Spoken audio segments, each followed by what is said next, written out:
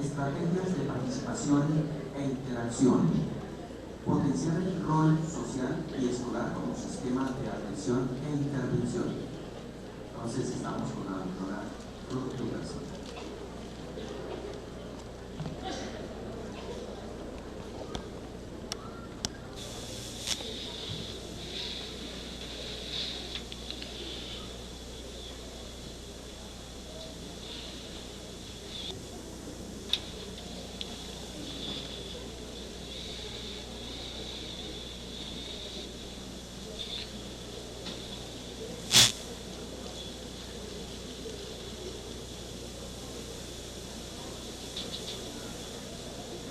Bueno, buenos días. Hola otra vez. Hoy me gustaría extender unos comentarios que hicimos ayer, más específicamente en el campo de la educación especial.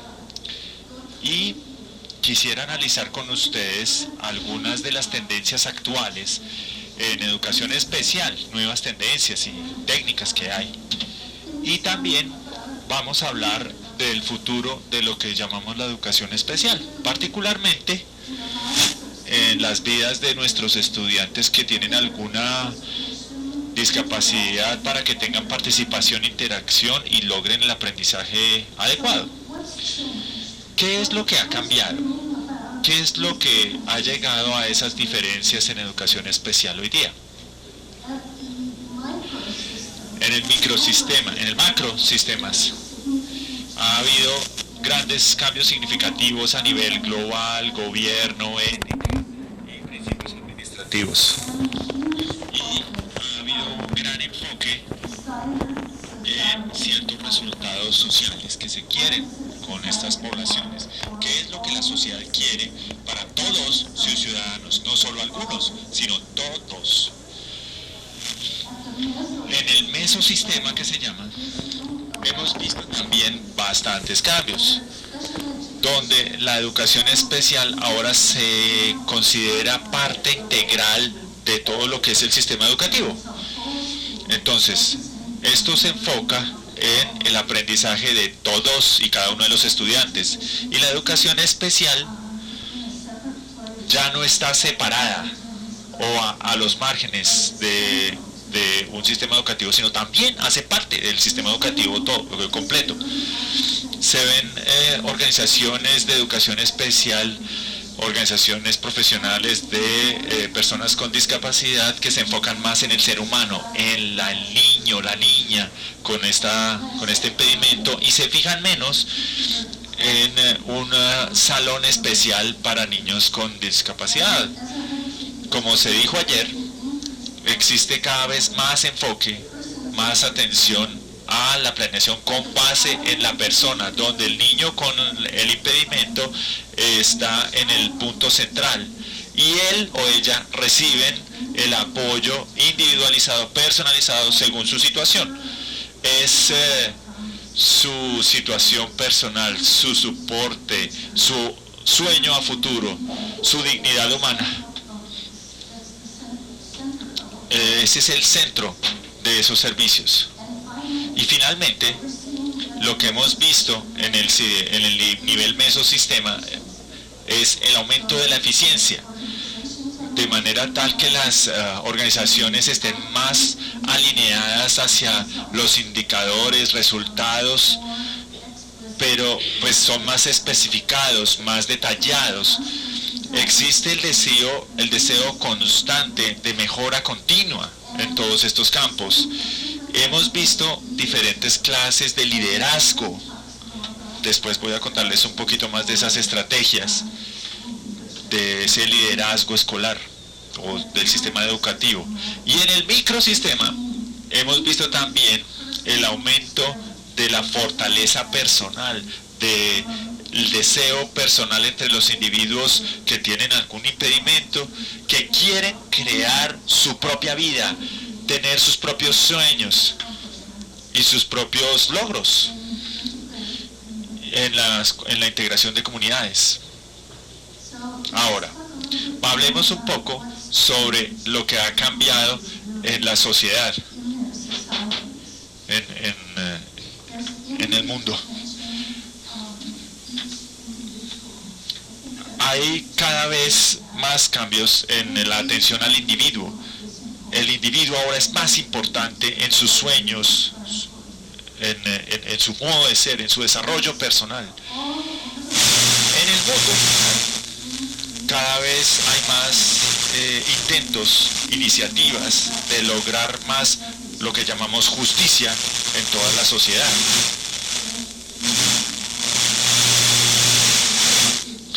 El mundo ve la justicia en diferentes modos y le gasta más fuerza, más energía, más recursos a lograr esa justicia para todos. En el mundo general, cada vez hay más ese autocuidado, esa búsqueda de la promoción de la discapacidad. En mi comunidad hay varias organizaciones que tienen X y Y discapacidades y se unen, hablan de eso y cada vez tienen más éxito en su vida, exigen más, hacen sus sueños posibles y realidad y logran sus metas. Y tienen altas expectativas, se crean ellos mismos más expectativas comparados con otros de anteriores generaciones con ese tipo de discapacidades. Ejemplo, en Estados Unidos, en 1975 se pasó una ley general federal de educación especial. Ahora tenemos personas en nuestras sociedades que ya son generaciones completas que han recibido su educación especial en todo el sistema educativo. Entre más educados que las generaciones anteriores con discapacidad, van a tener muchas más posibilidades, tienen más fuerza en el buen sentido con esa situación y tienen muchas más altas expectativas, por supuesto. Ellos esperan ser tratados como ciudadanos iguales a los demás. Muy rápidamente vamos a ver 2, 3 generaciones de personas con discapacidades o limitaciones que recibieron su educación especial a alto nivel. Tenemos abuelos con discapacidad, la generación de padres también con su discapacidad y ahora hay niños, etcétera. Entonces es muy emocionante ver esas 3 generaciones que recibieron ya su educación. Algunos han recibido hasta 20 y tantos años de educación y ahora ellos se sienten fuertes, empoderados, se sienten confiados en que pueden lograr su identidad y ser reconocidos a pesar de su impedimento. Hemos visto cada vez más la dignidad humana entre estas personas, el aumento el ejercicio de los derechos y el acceso universal, por ejemplo, al servicio de salud. Finalmente, en Estados Unidos, con el programa de Obamacare, que se da acceso universal a la salud en nuestra sociedad, eso pasó hace unos cuantos años. Entonces, existe la idea ya alrededor del mundo de lo importante que es la educación y los roles importantes que tenemos todos como profesores. Muchas personas de pronto dicen, y yo estoy de acuerdo, que los profesores son los trabajadores de los derechos humanos, son la frontera de los derechos humanos, porque los profes son los que se aseguran de que todos sus niños, sus aprendices en el mundo se vuelvan ciudadanos saludables, competentes dentro de sus sociedades. Tenemos entonces esos tremendos avances en neurociencias y en esta gran conferencia he escuchado bastante de todo eso. Y otra cosa que ha cambiado es que cada vez se brindan más servicios, más apoyos, están disponibles en muchas sociedades para las personas con algún grado de discapacidad. Lo que ha pasado es que los individuos con este impedimento y sus familias y sus vecinos, comunidades, ahora tienen una nueva visión, un nuevo ángulo de visión de comunidad viva para todos, incluso las personas con discapacidad. Y por supuesto, tenemos esa gran disponibilidad de tecnología que que también es apoyo. Por ejemplo, la tecnología, antes para que un conferencista hablara de evaluación de tecnología es diferente. Voy a darles un ejemplo del uso de la tecnología para la participación y la inclusión, la tecnología para la participación humana en una sociedad.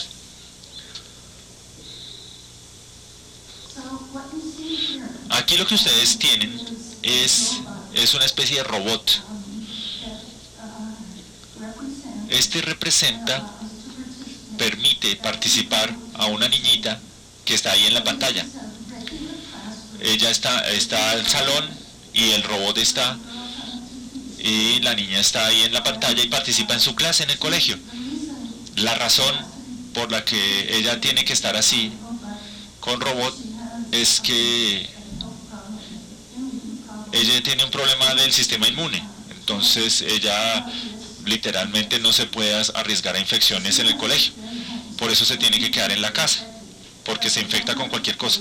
Pero entonces el robot sí va a la escuela, al colegio, y asiste por ella. Yo no sé si en Colombia se puede esto, pero en los Estados Unidos a las niñas les gusta vestirse así, todas pues muy niñas, ¿no? Con sus cositas, y entonces la niña vistió el robot así, para ir a representarse allá en el colegio, y le puso su moño y su vestido como si fuera ella al colegio.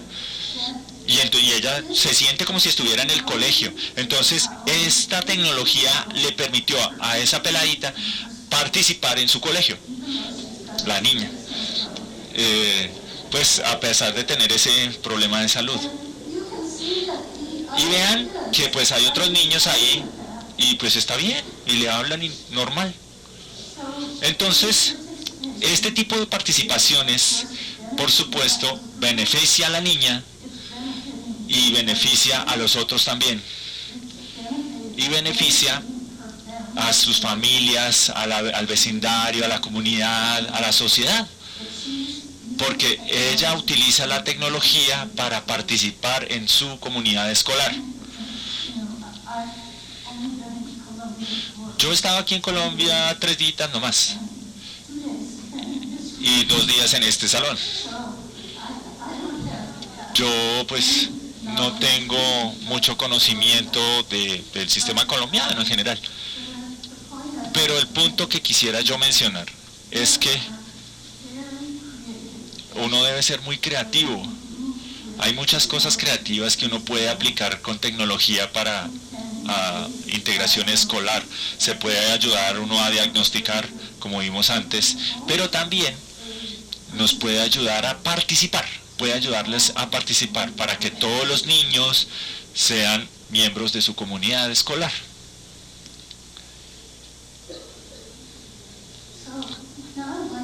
Ahora me gustaría hablar un poco sobre lo que es el futuro de la educación especial. Y hay 5 cosas que me interesan, quisiera presentarlas. ¿Cuál es el futuro? ¿Cuáles son las metas futuras que debería haber en educación especial, sistemas de educación especial? ¿Quiénes son los estudiantes futuros de esa educación especial? Tercero, ¿cuáles son las nuevas prácticas que deberían implementarse? Cuarto, ¿quiénes serían los interesados importantes, los participantes claves, y cómo los profes de educación especial deberían prepararse para hacer ese tipo de trabajos? Entonces, en términos de metas futuras en lo que se refiere a educación especial, creería yo que existe una nueva era donde la meta principal de la educación especial es la participación. Y deberemos mirar participación para el éxito en la vida. Las nuevas cosas que están pasando, como antes un conferencista también mencionó, la doctora María, que ella ha visto la mejora en las oportunidades de empleo en un café internet en España, o cosas así para las personas con algún grado de impedimento. Yo creo que eso es parte del futuro de lo que se refiere a la educación especial. Una de las metas debe ser preparar a las personas para tener su empleo. Otra meta es preparar a las personas para lo que es la educación postsecundaria, educación superior, media y técnica. Por ejemplo, en mi ciudad, en la escuela vocacional, que es postsecundaria, hay varios estudiantes que tienen algún grado de discapacidad intelectual y están aprendiendo habilidades en las que están desarrollando, por ejemplo, para trabajar en un restaurante, panadería y otro tipo de actividades comerciales. Entonces, los estudiantes llegan directamente de su colegio, ya se graduaron del colegio, y entonces empiezan a aprender estas habilidades técnicas de manera tal que puedan contribuir positivamente a sus sociedades, a sus familias, y puedan tener un significado en sus vidas. En las universidades, donde yo trabajo en la universidad, allá tenemos una oficina especial que se llama Centro de Recursos de Accesibilidad. Y resulta que los estudiantes que llegan y tienen algún tipo de discapacidad, llegan allá a la oficina y reciben una documentación para saber los apoyos que necesitan para estar en la universidad. Ellos les llevan los documentos a los profesores allá a la universidad, y los profesores ya están capacitados y saben y tienen que dar toda la asistencia posible para que los estudiantes con su discapacidad tengan su éxito normal en la universidad. Eso es parte del nuevo futuro de lo que es la educación especial. Hay otra cosa, y es la participación para satisfacción en la vida. En esto yo quisiera mencionar que la vida de una persona con X impedimento, ellos se sienten satisfechos con su vida, porque están trabajando, haciendo la vida que quieren tener. Y eso requiere exactamente pues las cosas que nosotros debemos darle para que todos los estudiantes en la sociedad puedan tener ese tipo de éxito. Se los prepara para roles de adulto, por ejemplo, como trabajadores, como padres, como ciudadanos. Se los prepara para apoyarse y apoyar a sus amigos y sus relaciones personales también. Asegurarse que también tengan educación sexual, educación como padres, todas esas cosas para tener una vida adulta satisfactoria. Y también la preparación para vivir en una comunidad, cómo ser un buen vecino, cómo cuidar su casa, cómo ayudar a sus amigos, ser útil para sus amigos en el buen sentido, ser buen ciudadano. Y finalmente, la participación para derechos humanos.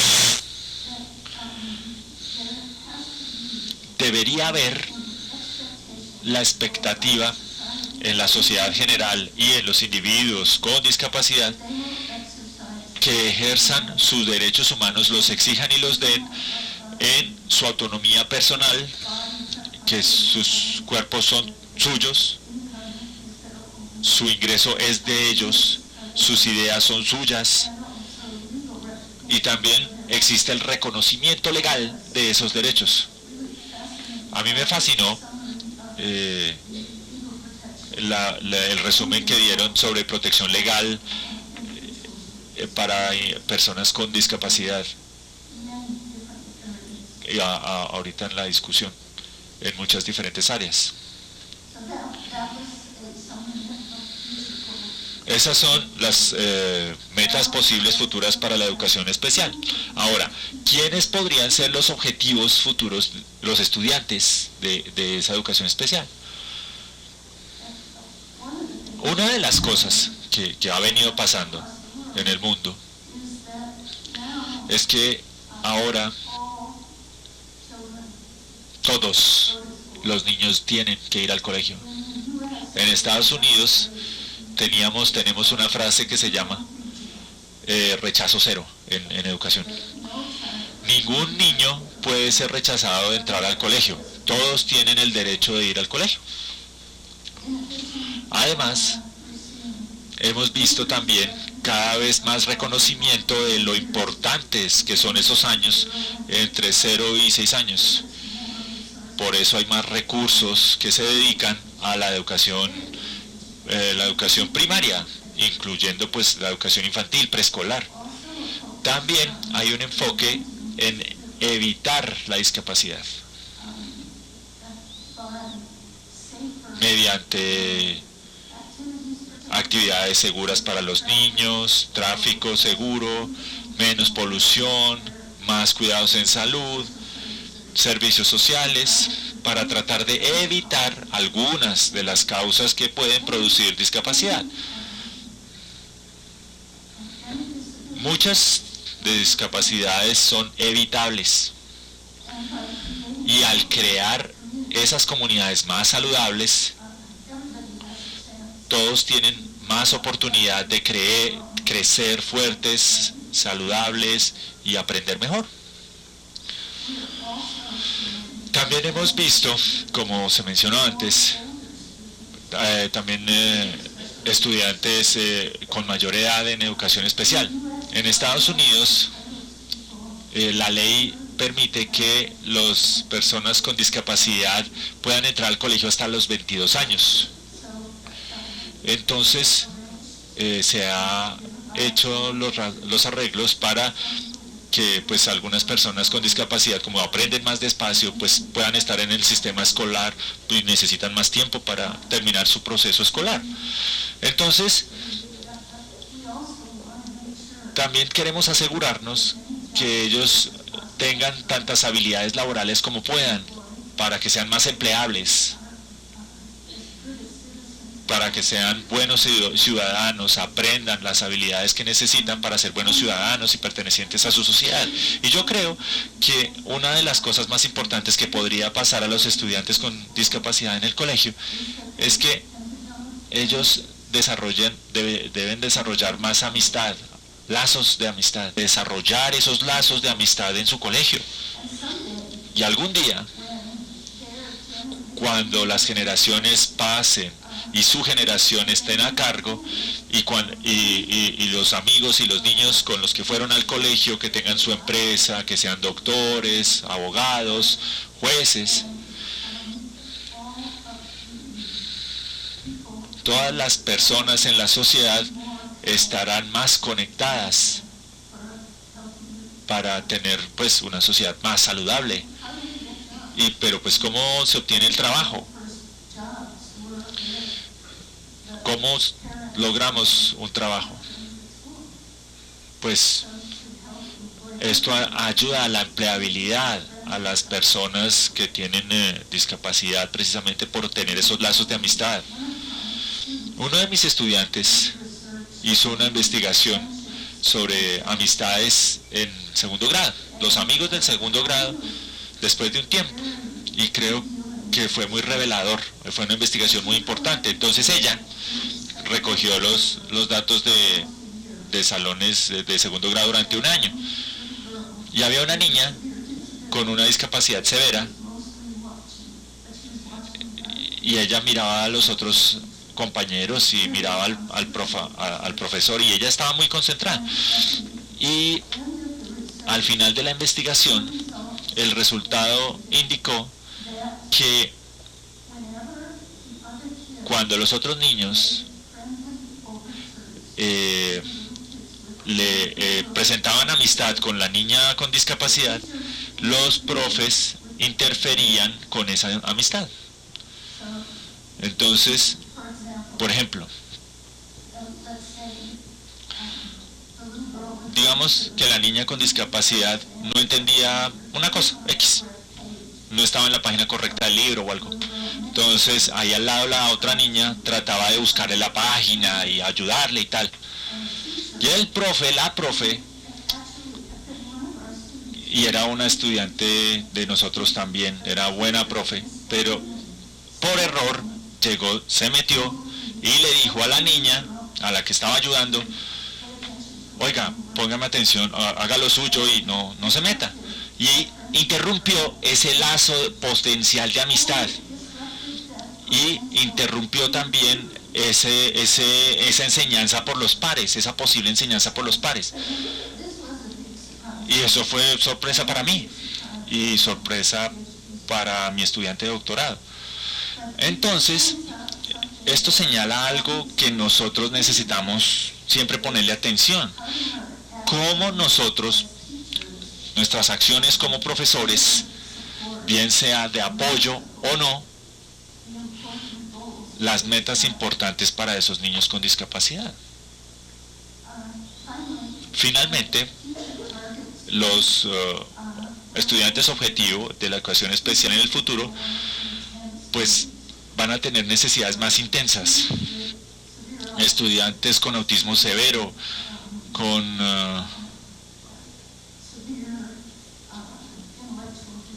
discapacidad intelectual severa, con necesidades especiales por el comportamiento. Creo que esto cada vez se va a ver más. Estos son los estudiantes que van a entrar al sistema educativo especial y de pronto no van a ser muchos que van a tener discapacidades medias o ligeras. Ese es un gran cambio, en el mundo se está dando esto. Los colegios se están volviendo mejores y mejores al enseñar a personal con discapacidad media, pero deberían enfocarse más también en estudiantes con discapacidad severa. En términos de cuáles son las nuevas prácticas para el futuro en educación especial, una de las nuevas prácticas es precisamente la que ya les mencioné de rechazo cero, donde ningún niño debe ser excluido de su proceso escolar.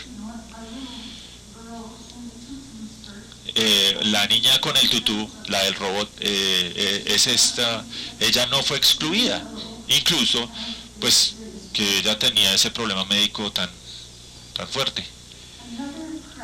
Otra de las prácticas que se está reconociendo y será importante es la transformación de la educación especial como tal, de un lugar a una instrucción especializada con recomendaciones y apoyos especiales. Decimos educación especial no es un lugar. La educación especial es un servicio, es un apoyo. Básicamente se puede dar en cualquier parte. Creo que esta es una nueva práctica para el futuro.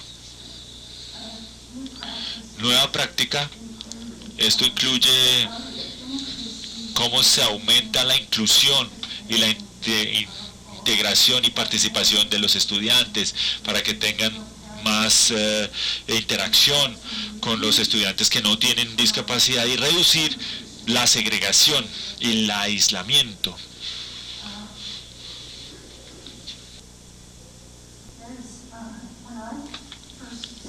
Cuando yo comencé a enseñar en educación especial, hace ya rato, nosotros hablábamos de unas prehabilidades en lugar de habilidades reales, pero eso ha cambiado mucho. Ya no hablamos de prehabilidades, ahora decimos que son habilidades reales, conocimiento real. Todos pueden tener su grado de saber leer, todo mundo tiene ciertas palabras y comprensión y entendimiento y lenguaje, aunque no sean grandes lectores. Cada vez hay mayores demandas, necesidades en términos de lecturas, conocimiento, ciencias, estudios sociales, matemáticas, historia. Hemos visto también como nueva práctica estrategias de enseñanza con apoyo de base de datos. La tecnología es una gran ayuda, donde uno puede guardar todos los datos del comportamiento o del avance de un niño. de, por ejemplo, sus estadísticas de lectura o de sus interacciones sociales. Mediante la tecnología es muy fácil realizar estos estudios y cada vez hay mayor disponibilidad de datos y podemos tener más eficiencia, podemos enfocarnos más en las intervenciones de enseñanza. Otra de las nuevas prácticas que hemos visto es la colaboración entre los profesores de educación general, que se llama, y los de especial. Digamos que en un salón de cuarto grado puede estar el profesor experto en su currículo y está el de educación especial, que es experto en la diferenciación de esa instrucción para darle la acomodación y dar el apoyo suficiente, y las dos se manejan su enseñanza con todos los estudiantes del salón. Hay otros nuevos modelos, tenemos mucho que aprender en términos que saber cuáles modelos pueden utilizar los profesores para cubrir a todos sus estudiantes. Otra de las nuevas prácticas es nuevas prácticas de investigación, donde los individuos con discapacidad son asociados de investigación, no los sujetos de investigación, sino asociados verdaderos. Ellos colaboran, identifican, ayudan a identificar la pregunta de investigación, ayudan a desarrollar su estudio y aplican los resultados de ese estudio en su propia situación, en su vida. Es un paradigma diferente de pensamiento en cuanto a investigación en discapacidad.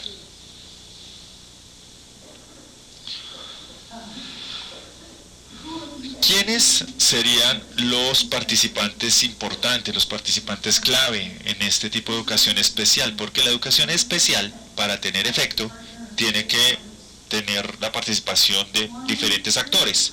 Un actor principal es la familia de los estudiantes con discapacidad.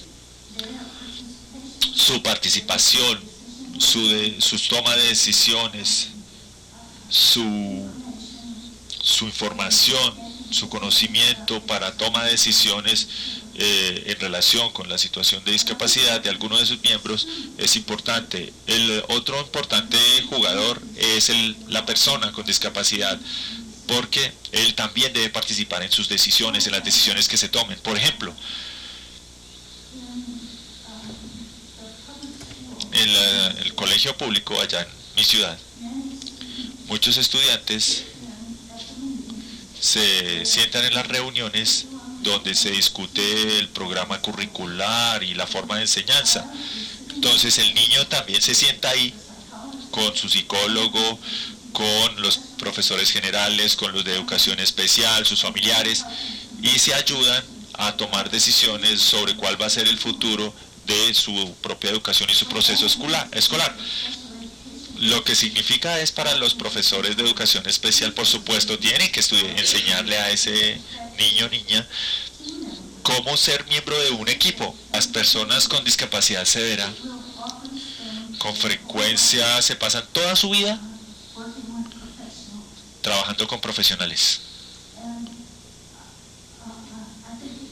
Y yo creo que es importante para ellos tener efectividad en su comunicación con esos profesionales, de manera tal que de aquí a 20, 10, 30 años realmente puedan crear la vida que quieren y se comuniquen con la gente que necesitan de modo suficiente en el desarrollo de su vida. Otro de los importantes jugadores aquí son los líderes escolares. Hay muchas investigaciones que indican que después del profesor, el otro jugador importante es el rector del colegio, que es el que da el apoyo al trabajo de los profesores y el desarrollo de los estudiantes. Esto va a tener la necesidad de una asociación entre profesores y líderes escolares como los rectores. Otro interesado importante ahí es la comunidad general. La comunidad debe apoyar al colegio, debe comprometerse al sistema escolar y sentirse responsable por el desarrollo de todos sus estudiantes. Y finalmente tenemos a la sociedad. También esto se puede hacer. Requiere la fortaleza, los recursos, el compromiso de la sociedad general. Y el beneficio será, por supuesto, una sociedad mucho más estable. Hablemos un poco sobre cómo los profesores de educación especial deberían prepararse.